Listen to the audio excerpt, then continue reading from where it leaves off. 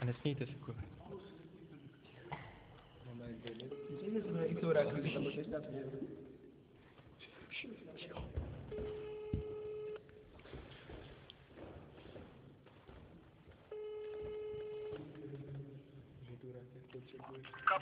Dobrý den, je tam pan Michal?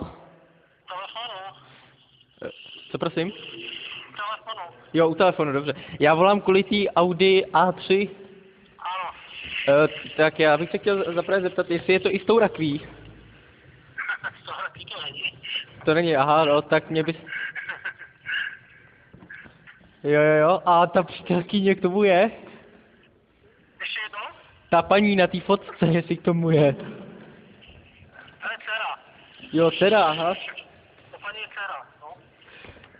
A chci se zeptat, do toho kufru, jak je to velký, kolik je tam místa? To je asi na úrovni, já nevím, golfíka čtvrkového, nebo tak, to je provozky. Takže se tam vejde člověk. Teoreticky. Teoreticky, tak to je dobrý. No a sedačky se dají sklopit, nebo kolik se vejde jako lidí, když jsou sklopený?